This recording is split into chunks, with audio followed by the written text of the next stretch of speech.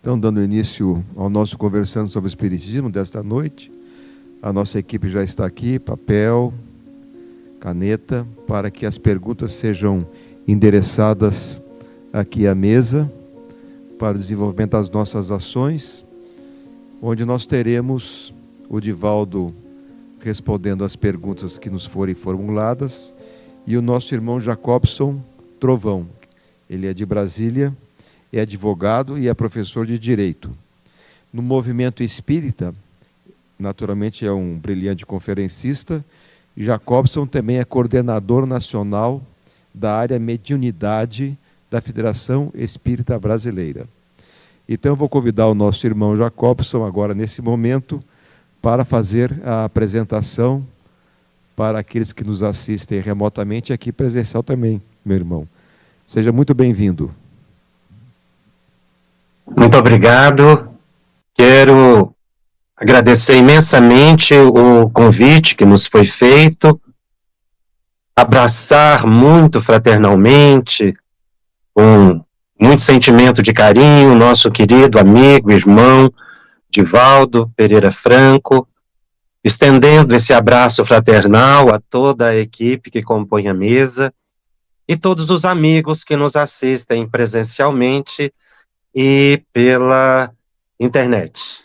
Muito obrigado. Muito obrigado, meu irmão. Nós temos aqui uma pergunta que é mais ou menos recorrente. Eu acho que a pessoa sempre envia e eu nunca coloco ela no ar, né? É um assunto um pouco polêmico, mas trata um pouco de mediunidade também, e o nosso irmão Jacobson poderá nos esclarecer a respeito desse assunto. Diz o seguinte: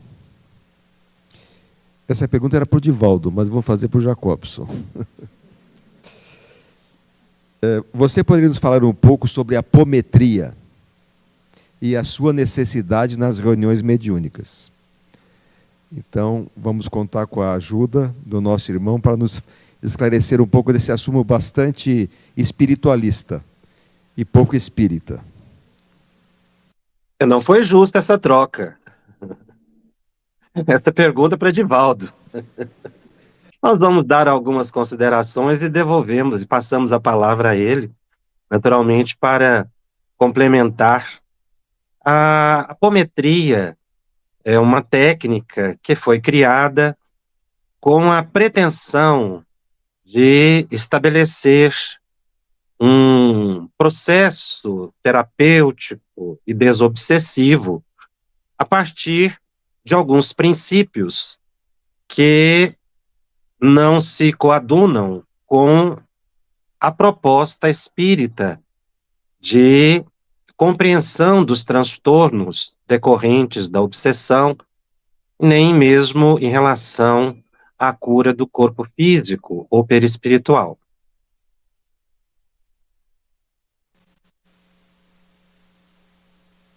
Acho que a pergunta era para o Divaldo mesmo.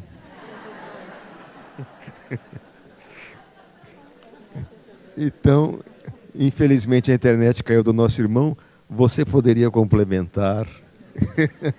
Vamos esperar só um pouquinho, ver se ele volta. Se não voltar, o Divaldo vai nos socorrer aqui nessa explanação, que o nosso irmão estava desenvolvendo muito bem o assunto. Bastante complexo, sobre a ótica da doutrina espírita. Alguma notícia? Não? Então não, Divaldo. Pronto, Jacobson, estamos de volta. Sim, a conexão parece que não está muito estável. Então, a apometria tem a proposta de uma cura coletiva de grande quantidade de pessoas a partir de desdobramentos de diversos corpos físicos.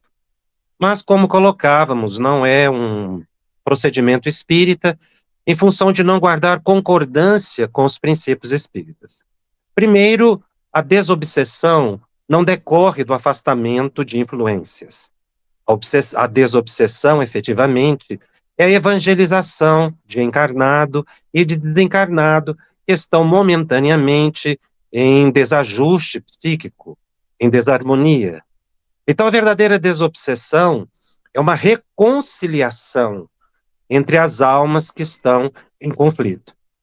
E a cura do corpo físico, ela decorre inicialmente da cura da alma. Inclusive, é muito importante recordarmos que, na visão dos espíritos superiores, a doença no corpo físico é que representa a cura efetiva para o espírito. Então, nós não podemos perder de vista que estamos lidando com as almas no processo evolutivo e que, na verdade, a doutrina espírita tem a sua proposta de transformação moral ou de espiritualização do ser. Nós não podemos nos afligir em termos de quantidade de afastamento de influências espirituais, mas na qualidade da reaproximação dessas almas, para que o amor se plenifique na terra. E compreendermos que a cura do corpo, quando merecemos, é exatamente para estabelecermos novos propósitos na existência, não voltarmos às atitudes infelizes de antes. Então, conquanto nós tenhamos que reconhecer a pretensão dos que admitem a apometria, mas realmente em função de não guardar concordância com os princípios espíritas, a prática não é espírita e, portanto, ela se circunscreve a uma atividade espiritualista e não espírita por excelência. Jacobson, muito obrigado, meu irmão, pela resposta que você formulou. E eu vou passar a palavra agora a Divaldo, que vai desenvolver um pequeno tema, e depois, então, nós formularemos as perguntas necessárias. Senhoras e senhores, queridas irmãs, queridos irmãos espíritas, amigos e amigas que nos acompanham pela Web TV Mansão do Caminho, nossos votos de muita paz. Antes de contribuir em nosso diálogo, eu gostaria de apresentar os nossos irmãos que estão aqui em Salvador mais uma vez. Hoje, porém, chamamos-los para que tenhamos maior intimidade com o casal Leonor e Fernando, de Coimbra, em Portugal.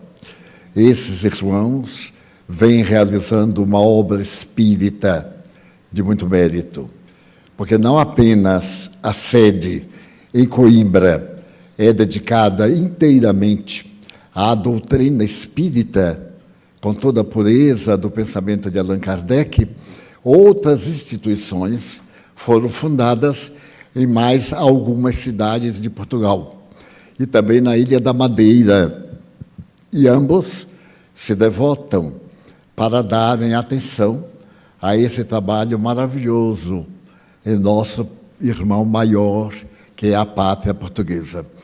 O trabalho que desempenham, principalmente na área da desobsessão ou das enfermidades provocadas por entidades espirituais, é tão grande que sensibilizou alguns estudiosos, mestres da Universidade de Coimbra, e que realizaram experiências com caráter rígido da investigação científica para separar as patologias espirituais e as perturbações de natureza orgânica. Foram feitos estudos com pacientes orgânicos e pacientes obsidiados. Os resultados foram todos dentro da informação bem dirigida de que a saúde é um estado espiritual que se reflete no corpo no processo da evolução. Também podemos lembrar que nem sempre na Terra gozaremos de saúde, por uma questão do nosso processo evolutivo. Somos espíritos que nos estamos aperfeiçoando através dos desafios e dificuldades.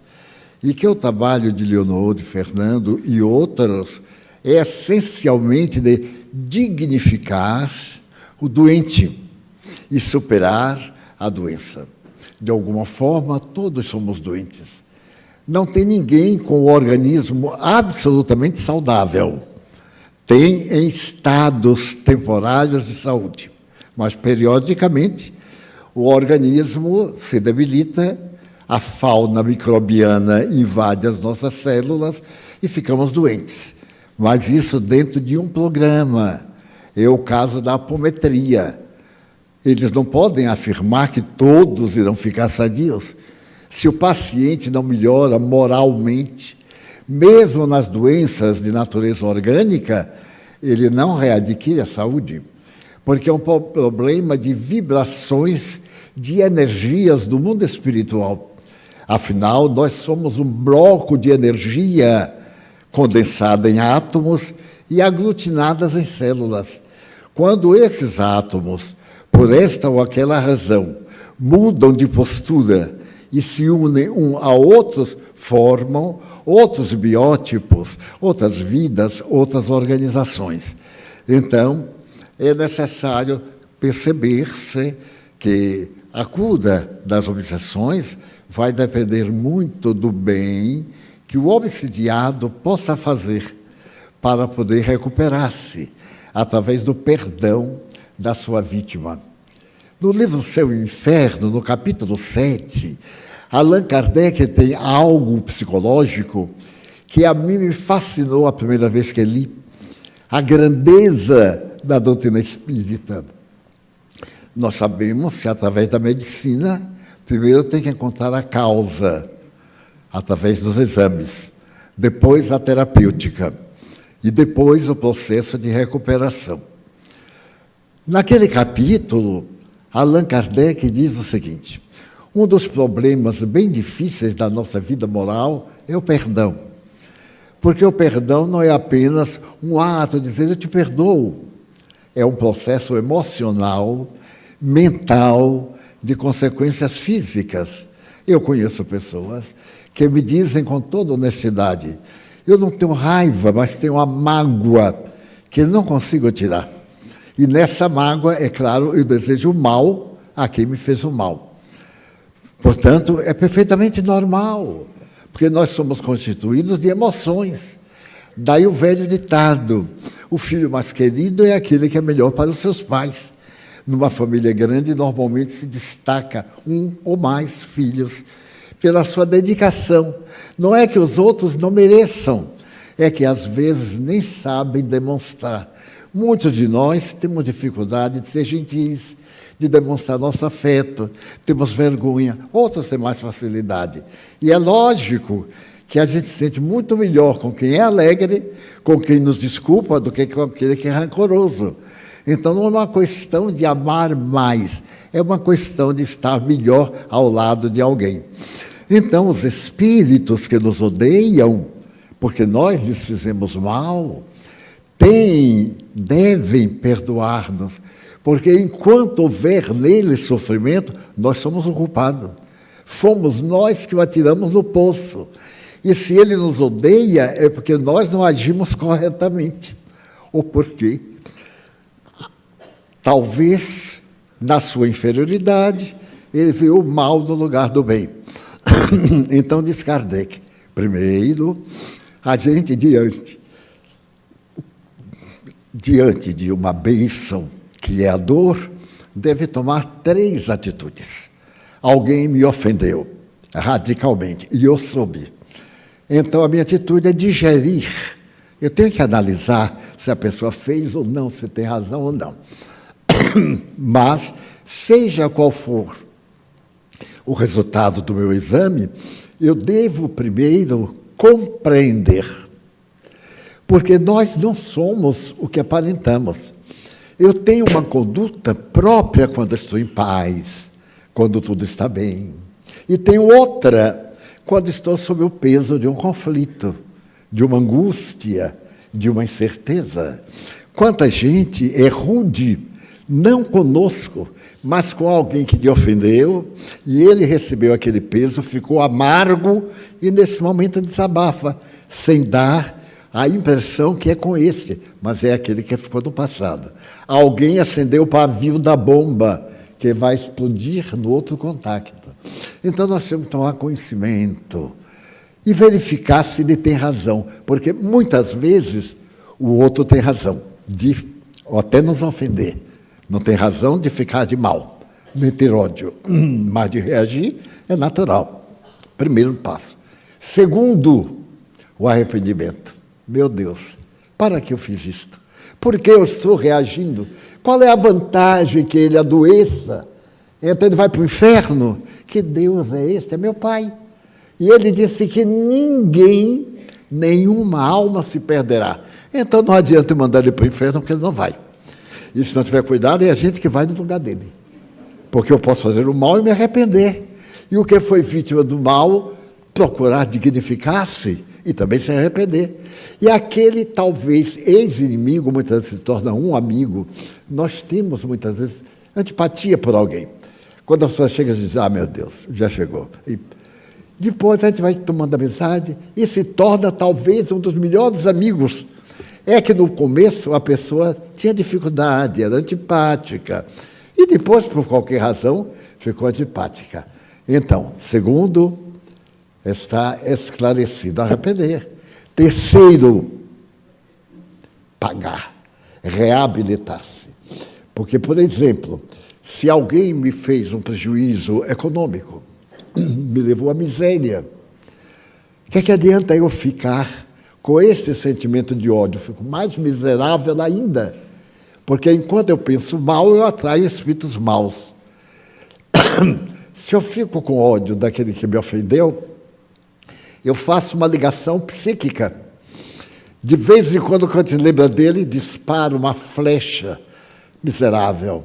Ele vai ver. Deus vai cobrar por mim. A gente ainda tem isso, né?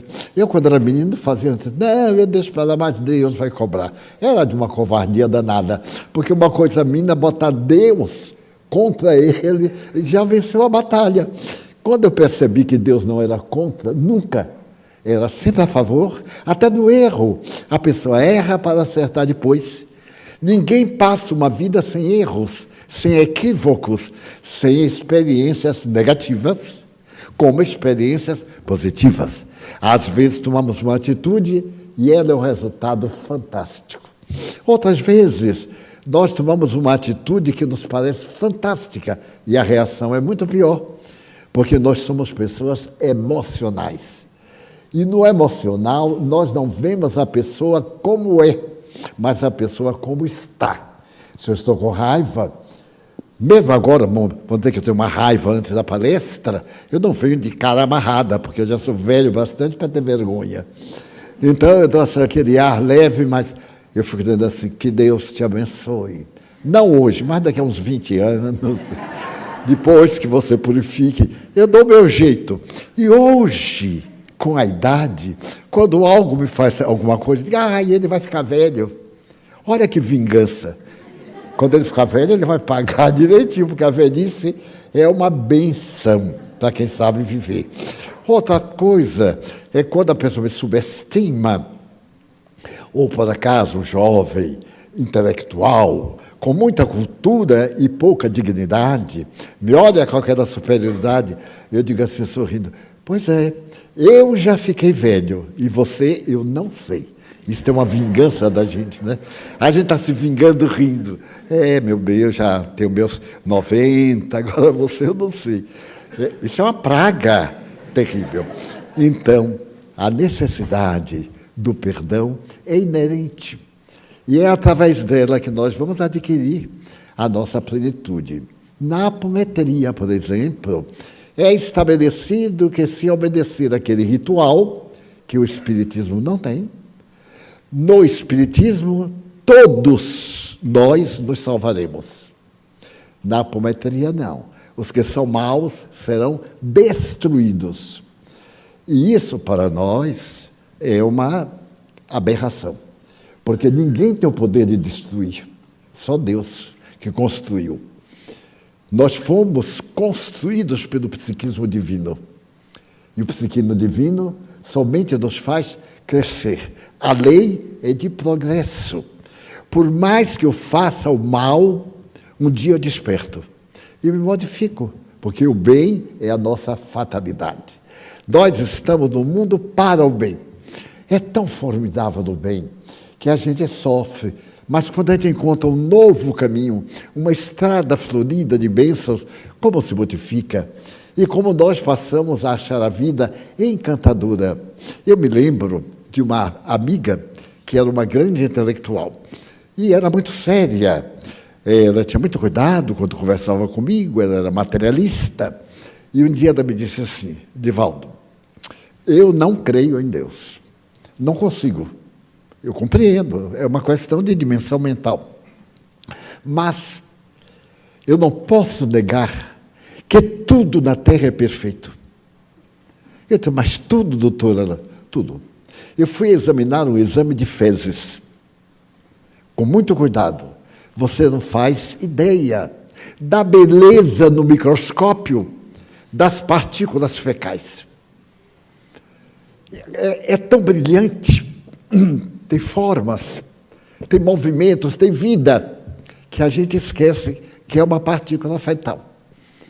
Porque tudo é bem. Ela não é mal, ela é o adubo da nova alimentação do indivíduo, da vida. Porque Deus estabeleceu tudo dentro de um programa para o melhor. E eu fiquei impressionado. Eu nunca tinha consultado um microscópio. Certa feita, eu estava no laboratório de um amigo, e ele tinha muitos microscópios, é um grande pesquisador, eu pedi. Eu digo: olha, eu gostaria que você mostrasse uma célula. Eu sei o que é muito bem, mas nunca vi as diferentes. Não preciso ver várias. Basta ver uma. Ele me levou, eu vi a célula. Vi o momento que ela fez a divisão, que a outra substituiu. A vida pulsante. Ele disse: isso é a célula.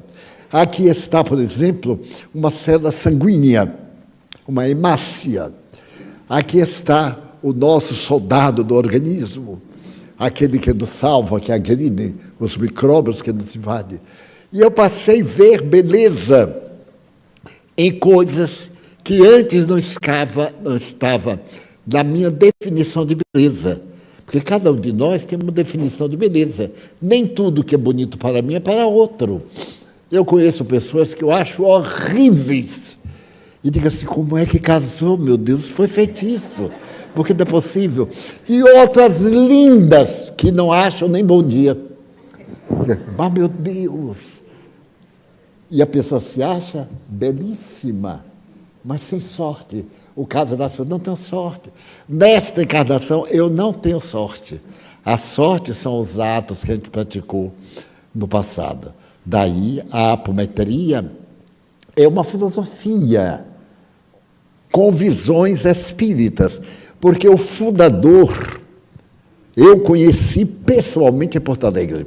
Ele era médico do Hospital Espírita de Porto Alegre e a esposa dele era médium. Ele, aliás, era muito meu amigo, ambos. Isso por volta de 54, 56. Ele era um homem dedicadíssimo, uma pessoa de caráter ilibado. Convivemos muito. Depois, as distâncias e os compromissos nos separaram um pouco. Não separaram por briga, distanciaram-nos. E um dia eu recebo um tratado de apometria, eu fui ler. Era dele, era de Dr. José. Então, eu achei que, como raciocínio, era interessante. Mas quando chega no tratamento da doença, é absurdo. Por exemplo, vem um espírito. Eu sou inimigo dele, ele me assassinou e eu tenho que me vingar. Então, o apômetra lhe diz alguma coisa. E diz: agora você vai virar um espírito bom. 1, 2, 5, 7, vá. E aí ele fica bom. Ele fica tudo ótimo. Eu achei isso infantil. Porque nem criança age assim. Mas é sério para eles. Para mim é infantil. Que de maneira, ajuda a quem acredita, por causa do fenômeno do indivíduo fazer o seu trabalho mental de autossugestão. E outros absurdos. Destruírem o espírito. O espírito mau, rebelde, que não atende, e diz aí: destrói. Imagina, a gente não destrói uma ferida, ela se transforma através dos tecidos. Quanto mais destruída uma vida, o espírito desagregar-se e morrer o espírito. Tecnicamente, eu estou falando à luz do espiritismo, é impossível, porque desobedece a todas as leis de todas as religiões. Todas as religiões falam da imortalidade da alma. Se destrói a alma, ela não é imortal. Daí, o Espiritismo nos traz um alento de sempre encontrarmos um meio para a felicidade. O que hoje me é aspereza, amanhã é lição de misericórdia.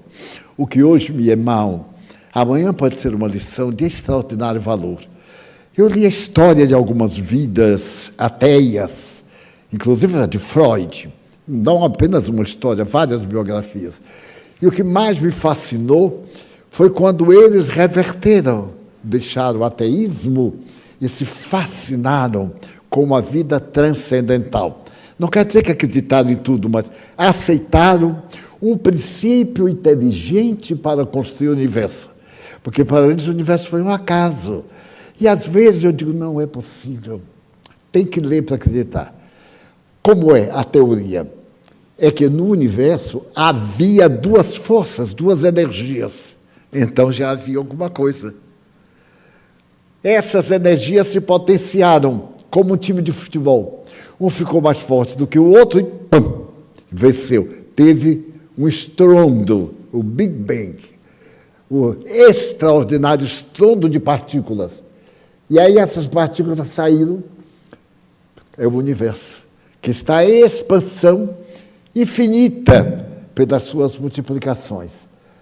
Para mim, com a maior elasticidade mental, eu não vejo lógica que uma força destrua a outra, tornando-a a causa de um universo.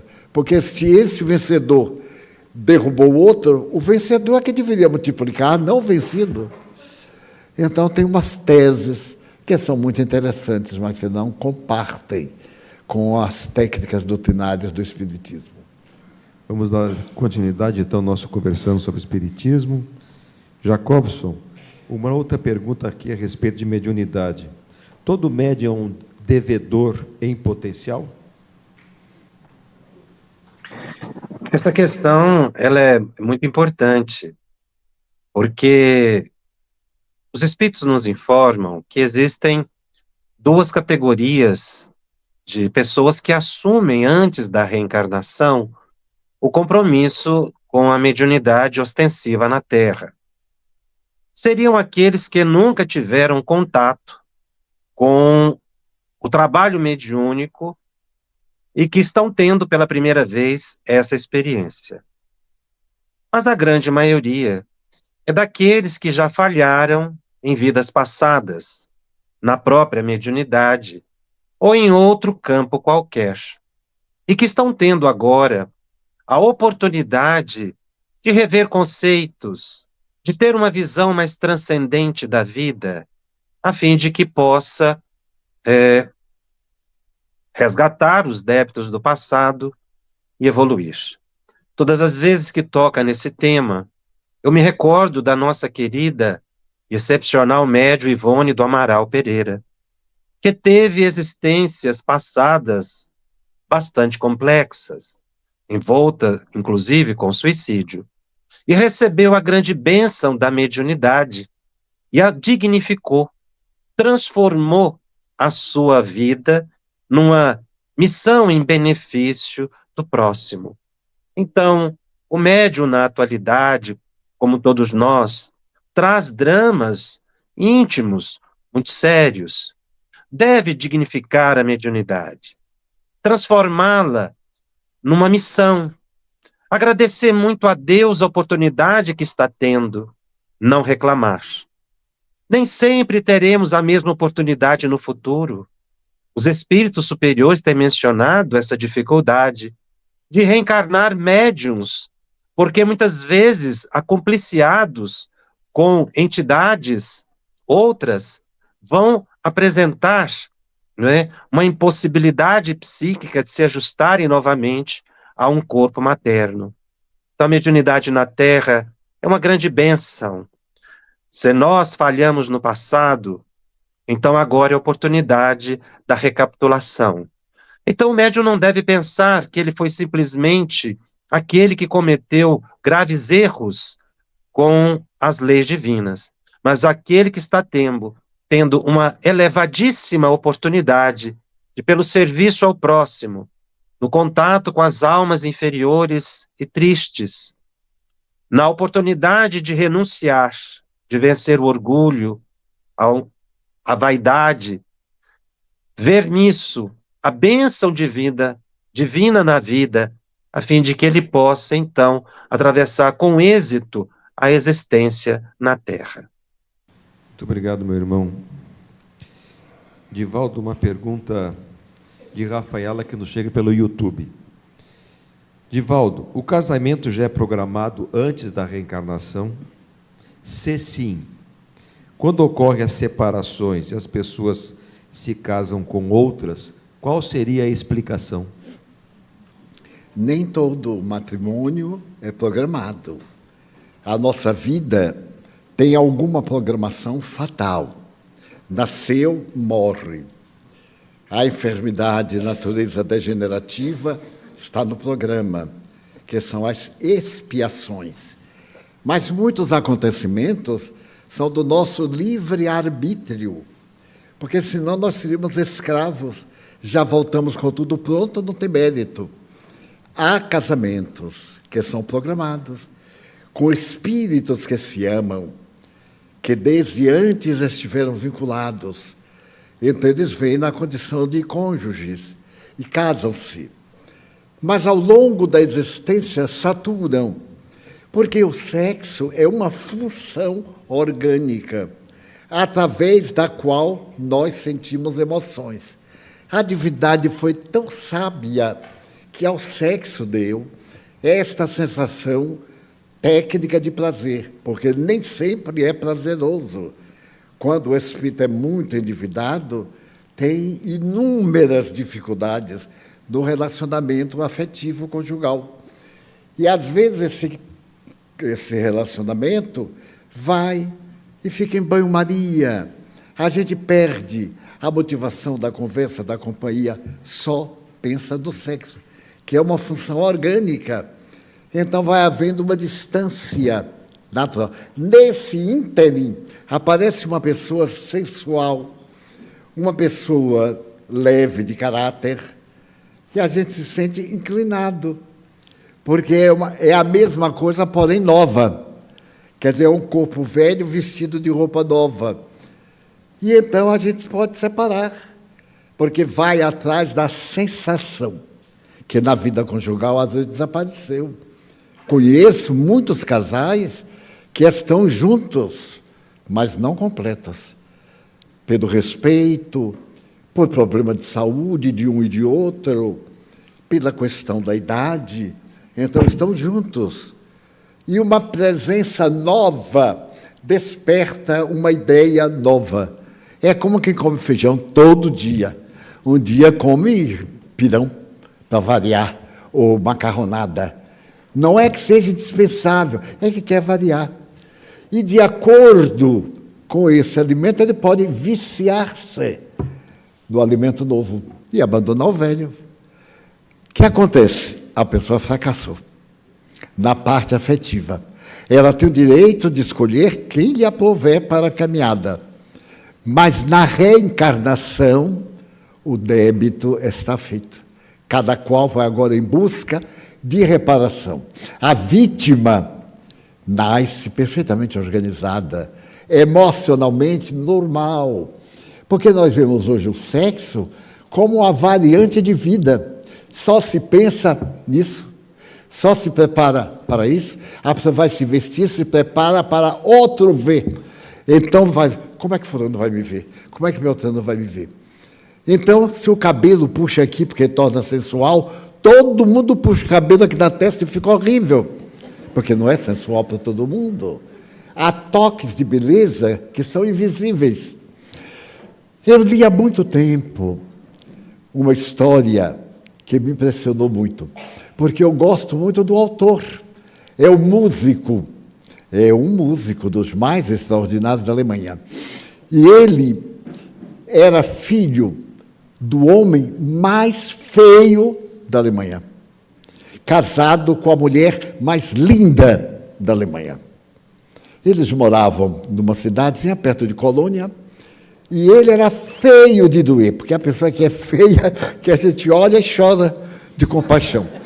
Então, havia uma moça que era de uma beleza e de um caráter incomparáveis. E todo jovem, desde o filho dos príncipes, queria um contato com ela. E ela permanecia airosa, amiga. Não, eu não tenho interesse de me casar. Eu sou muito feliz. Não tenho necessidade biológica, nenhuma necessidade prazerosa. Eu sou muito feliz.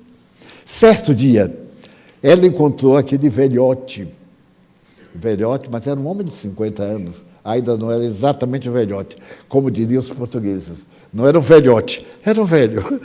E então, ele se declarou a ela. Ela disse, mas que ousadia! Eu rejeito os homens mais bonitos da cidade, você... Pois é que ele procurou. Já que você não aceita ninguém, a mim você vai aceitar. Ela olhou para aquela coisa corcunda, horrorosa, e disse, nem pense, você não existe. Ele disse, vou te explicar. Você vai se casar comigo. Porque quando Deus estava organizando a Alemanha e me preparou para ser o avô de um grande musicista e de uma alma que tivesse genes próprios para a beleza da música, ele colocou-me a mim e a você.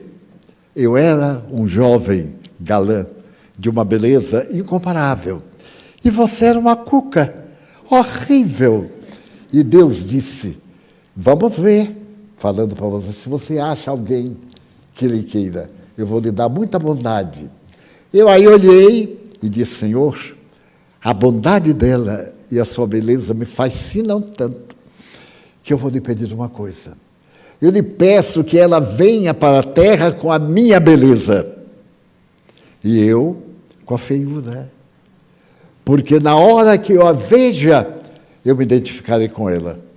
E ela, sem saber por quê, vai gostar de mim. Ela ficou tão impressionada que casou com ele. Portanto, quem for feio aí já tem uma fórmula. Casou com ele, se tornou muito feliz, e é o pai do grande músico europeu. Então, há muitas belezas que determinada sensibilidade se dá conta. Eu tive um amigo aqui na Terra, que foi uma pessoa que admirei muito e procurei imitar no lado bom. Era um intelectual, o que eu não sou. Mas ele tinha uma cultura verbal, versátil, e falava o idioma da fraternidade, o Esperanto. Ele falava 12 idiomas. E se tornou esperantista, escreveu livros, gramáticas. E então as línguas tradicionais, algumas outras, eu achava bonito. Eu pedia para ele conversar comigo em sânscrito. Eu não sei uma letra, mas eu gostava de ouvir o idioma que pertence aos deuses. O sânscrito e o árabe são considerados idiomas divinos, que não tem na Terra como se expressar melhor do que esses dois idiomas. E ele conversava, até o dia que eu conheci a mulher dele. Ele era muito bonito, era daquela primeira turma que criava cabelo, etc. E tinha muito charme, e era fantástico. E muitas vezes ele me dizia assim, porque eu já era meio velho, jovem, tinha minhas ideias caducas, mas ele não, ele era vitrine. Certo dia ele me disse assim, olha, Edivaldo, você é o meu melhor amigo, e então eu vou lhe convidar para jantar na minha casa. Eu disse, ai meu Deus, e jantar na casa dos outros é horrível, né? A gente tem que se preparar, tem que comer um pouquinho em casa, porque quando chega lá... Mas eu me preparei e fui. Ela foi simpaticíssima. Quando ele me apresentou na porta de Edivaldo, aqui é fulana, minha esposa. Ela olhou para mim e disse, e posso abraçá-lo? Eu digo, mas senhora... Então ela levantou. Ela havia tido paralisia infantil. Tinha uma perna mais curta e deformada. E com o tempo, ela ficou com uma dificuldade na outra. Então ela engordou de uma forma irregular por causa dos movimentos. Coitadinha, era tão pouco bonita, mas era uma vibração impressionante. Então, quando eu olhei para ela, peguei a primeira paisagem, né? Digo, ai meu Deus, que horror! Quando fui abraçar ela, disse assim, eu quero dizer que para mim e minha família é uma bênção. Olha, imagine, é uma honra para a gente receber uma dessa assim, em jejum. Eu recebi, e ela então me olhou, e eu vi que os olhos da mulher eram 2 estrelas. Havia um brilho. Eu disse assim, nossa, como a senhora tem um brilho espiritual. Ela disse, eu sei que sou feia. Eu fiquei morto de vergonha. Eu sei que sou feia, mas aí eu não tenho culpa. Mas de ser gentil, eu tenho culpa. Eu pedi a Deus que fizesse de mim uma dama, para que todos amassem o convívio comigo. Foi então a minha melhor amiga. A partir dali, eu já estava íntimo. Quando terminou o jantar, eu até dei opinião e perguntou como que estava a comida, estava muito bem, etc. Eu que havia me preparado para comer um pouquinho, e jantei antes para garantir. Ela fez uma tentação, uma coisa que eu não gosto, que eu adoro. Botei no começo, mas aí eu disse assim, olha, a senhora vai perdoar, mas está tão bom, e pá! Olha, virei a maior guloseima daquela noite. Havia uma beleza particular. Assim é nós. Então é necessário que nós façamos essa beleza interior fulgir na face. Já viram quanto é desagradável viver como uma pessoa bidiente. É uma palavra muito antiga. É um problema de bidis. A pessoa está sempre de mau humor. Hoje é uma patologia. É uma espécie de esquizofrenia. E então a gente acorda, está aquela cara de panela. A gente levanta, está aquela cara de panela rachada. A gente vai deitar, está a panela rachada. Chega um dia que diz assim, muda a cara, fica feio de outra forma. E outro que a gente chega e está, olá, tudo bem? Tudo bem, já está íntimo.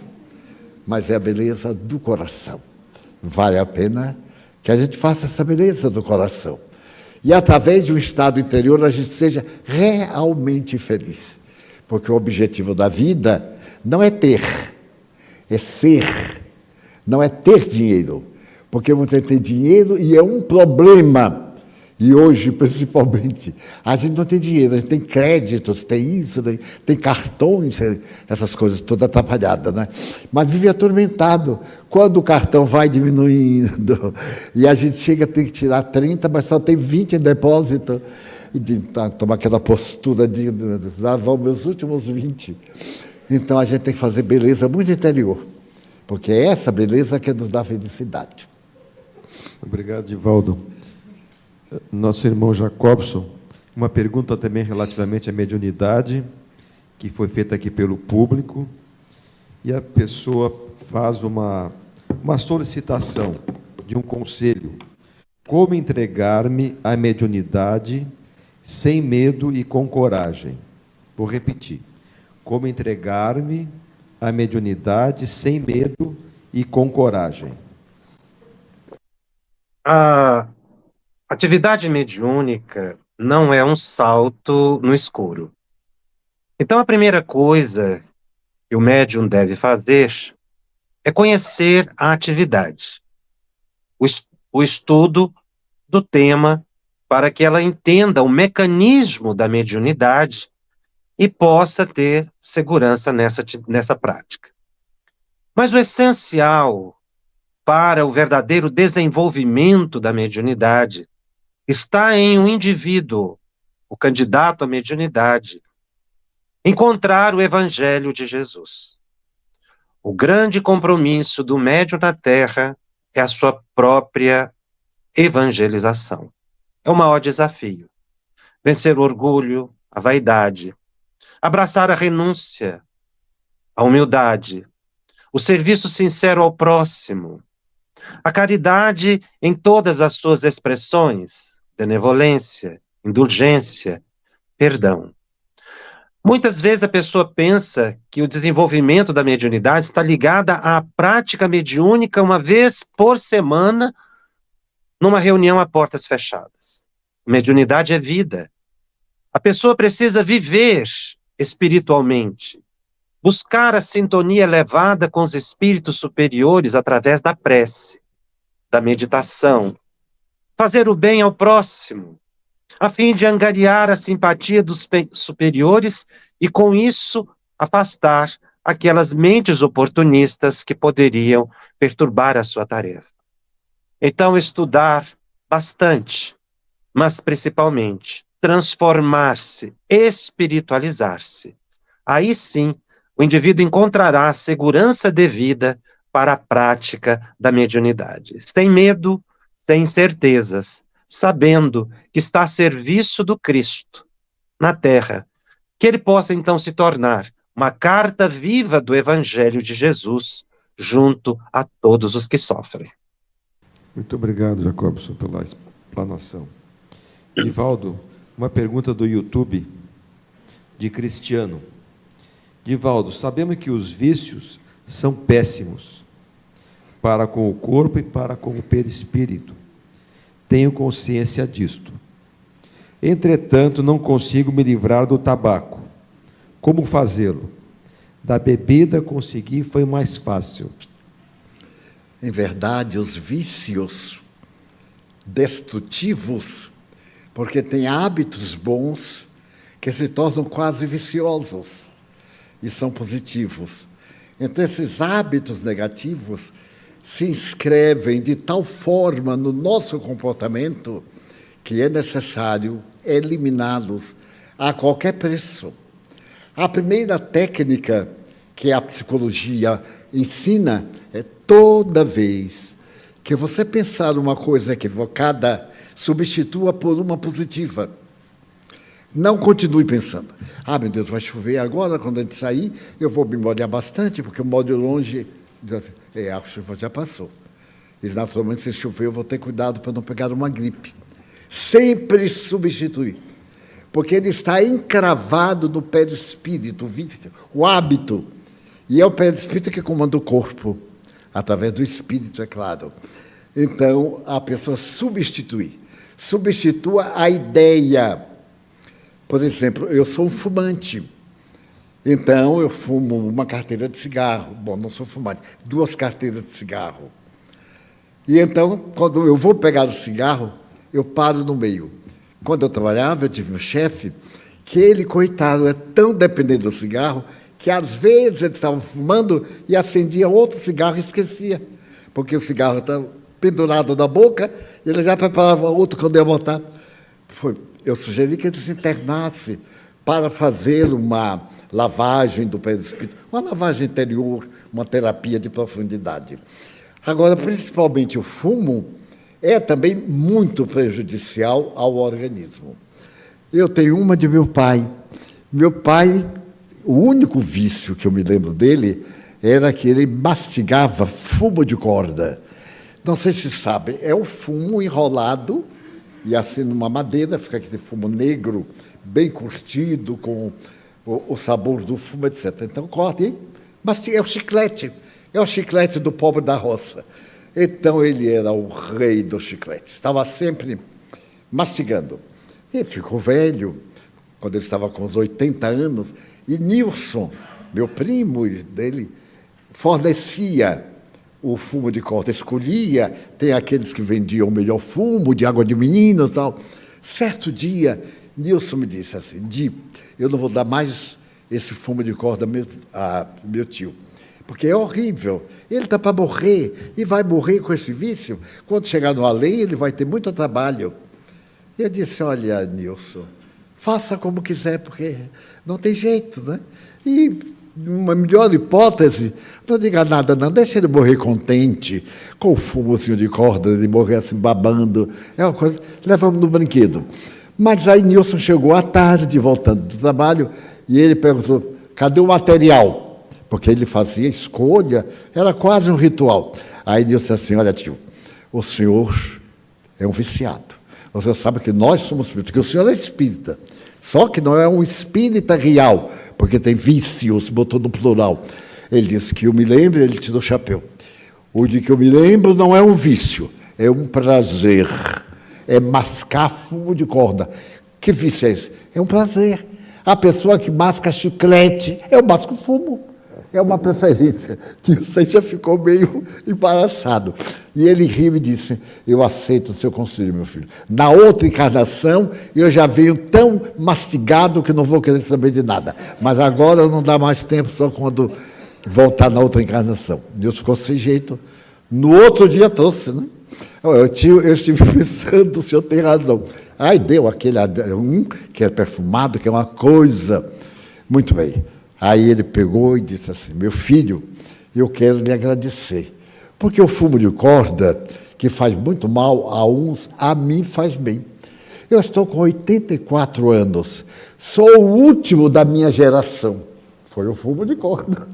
Foi o fumo de corda que me segurou, que matou os micróbios, eram tantos micróbios.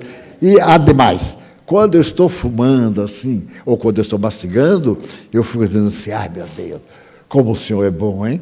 Como o senhor me dá prazer. E então agora eu vou diminuir, para você não ter conflito, para vencer a sua missão de aconselhar os que têm vício. Mas deixa eu morrer mastigando, meu filho. Deus sorriu muito. E o velhinho continuou. Ele morreu com 88 anos. Não tinha um dente cariado. Eu perguntei a um dentista, qual é o milagre? Porque eu tenho uma boa arcada de lobo. Mas ele tinha uma dentadura de fotografia. E ele dizia assim, fumo de corda, mas não comece não, que você tem os dentes fracos. Ele queria dar o conselho, mas não dava. Pois é, quando ele estava para morrer, eu estava conversando com ele, e ele me disse, meu filho, está chegando a hora, não está? Eu digo, pelo que eu tenho capacidade de perceber, os espíritos estão chegando, pai. Mãe já chegou, e ela está rindo de que o senhor está alegre.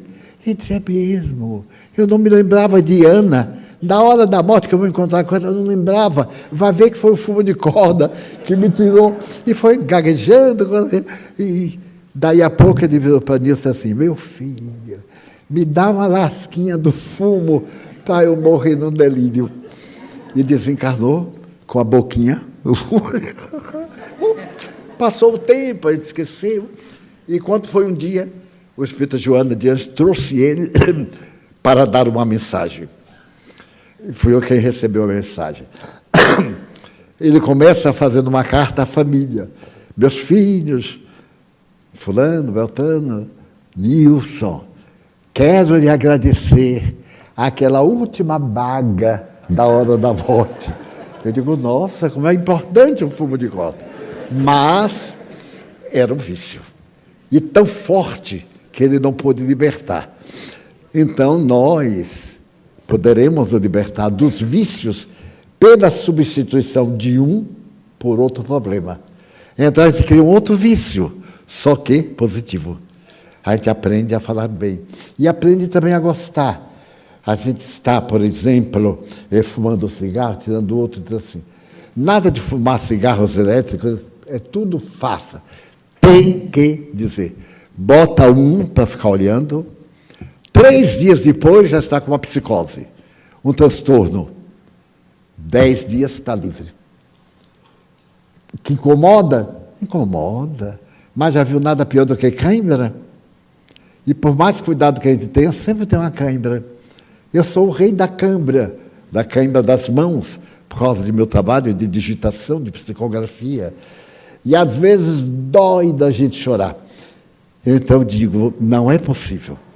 Eu lhe trato tão bem, dou muito asseio a você, as mãos falando com ela, e você se atreve a querer me dificultar? Então, tem um médico que me assiste, faço bloqueio, já fiz 3 bloqueios, e cada vez vai diminuindo o efeito.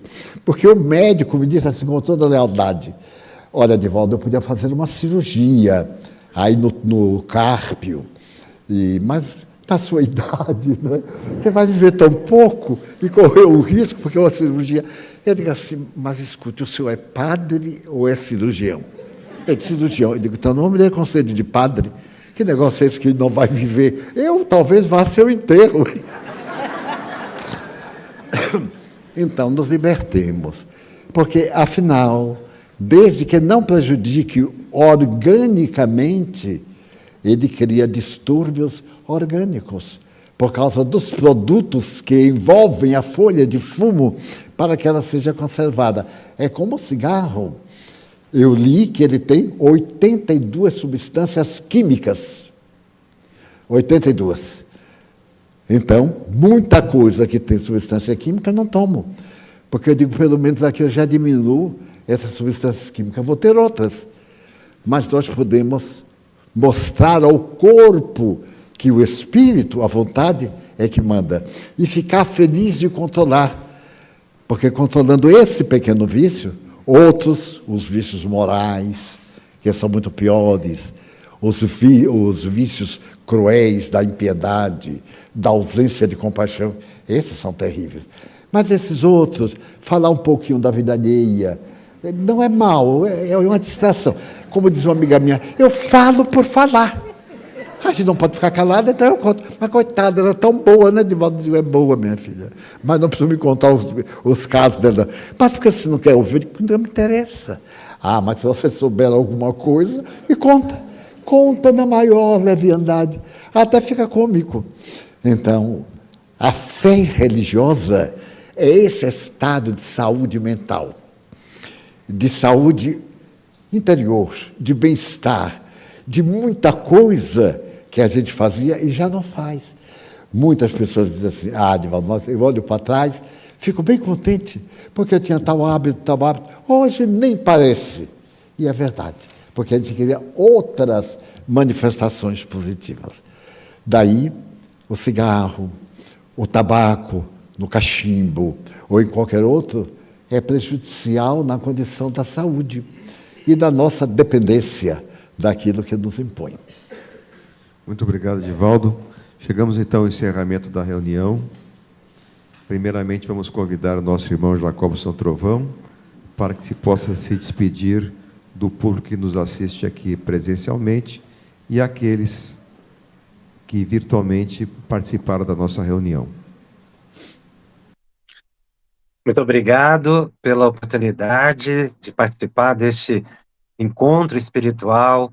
Ouvir Divaldo é sempre um alento para os nossos corações. Ficamos muito felizes em poder estar aqui. A gratidão é imensa. Um abraço a todos, muito obrigado. Muito obrigado. Um aplauso do público a você. Os nossos agradecimentos à Jane, nossa tradutora de Libras, ao Sérgio Júnior, da nossa equipe técnica, ao público presente, aqueles que nos assistem remotamente, a Thelma Sarraf, a Divaldo, ao casal de Portugal, de Coimbra, Dona Leonor e o seu Fernando, muito obrigado por participarem conosco nesta noite do Conversando sobre Espiritismo. Convidamos agora a Divaldo para que nos conduzir na prece de encerramento da reunião da noite de hoje. Nossa gratidão a todos. Então pedimos aos médiuns para que tomem os seus lugares e vamos à prática, à essência do fenômeno da doutrina, a transmissão de energia. A grande maioria de nós acredita em magnetismo, em hipnose, em mal-olhado, pessoas que olham, outros adoecem. É um fato científico, não é uma superstição. É uma onda vibratória de cada um de nós. Então, vamos entrar agora numa outra onda vibratória, a onda dos bons espíritos que nos vão aplicar energia para sairmos daqui melhores do que chegamos. Senhor, nós te queremos pedir pelos irmãos que dão da sua energia a melhor cota para a saúde de todos nós.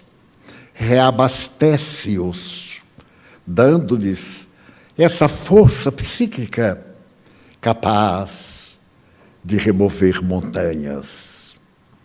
Ajuda-os, fortalecendo-lhes o organismo e, sobretudo, dando-lhes saúde para esse mistério.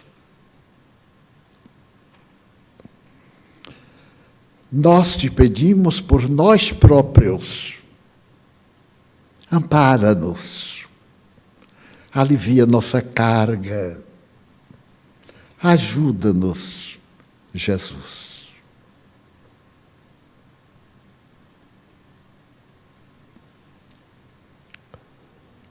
Pedimos-te pelos nossos amigos, pelas pessoas que nos pedem para orarmos por elas, pelos doentes, a fim de aliviarem suas aflições. Também nós te pedimos em favor daqueles que nos perturbam, que nos odeiam, para que despertem felizes para a vida triunfante.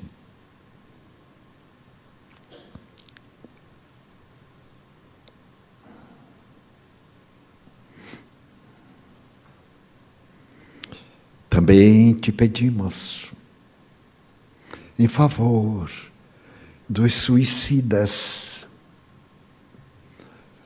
nossos irmãos que fugiram para lugar nenhum.